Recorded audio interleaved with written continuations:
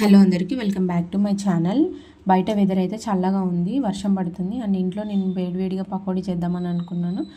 And అనుకున్న వెంటనే 3 onions తీసుకొని సన్నగా కట్ చేసి వాటిని అయితే మంచిగా మిక్స్ చేశాను అనమాట. దాంట్లో ఉన్న వాటర్ అంతా బయటకు వచ్చేలాగా. తర్వాత దాంట్లో కొంచెం కారం, ఉప్పు, పసుపు అండ్ జీలకర్ర, వాము 2 స్మాష్ చేసి వేసుకున్నాను. ఎందుకంటే వాటి ఫ్లేవర్ తెలవాలి కాబట్టి.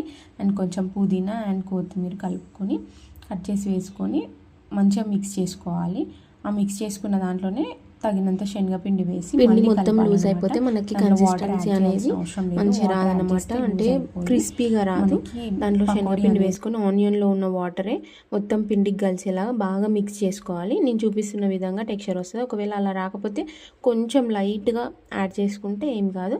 అండ్ అలా కలిపిన తర్వాత వేడివేడి నూనెలో మనం చిన్న చిన్నగా పకోడీ వేసుకొని వాటిని బోత్ సైడ్స్ పకోడీ వేసుకొని గోల్డెన్ బ్రౌన్ కలర్ వచ్చే వరకు కాల్చుకోవాలి. స్టవ్ నార్మల్లో పెట్టుకోవాలి, హై ఫ్లేమ్లో కాకుండా సిమ్లో కాకుండా. అప్పుడే మనకి పకోడీ అనేది మంచిగా కాలుతుంది అనమాట.